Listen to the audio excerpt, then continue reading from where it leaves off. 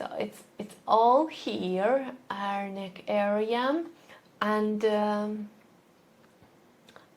depending how is this part of you, and the nose and the chest, this is how you are able to pronounce, this is how you are able to communicate and speak your truth. This is how you are able to express your essence into sounds.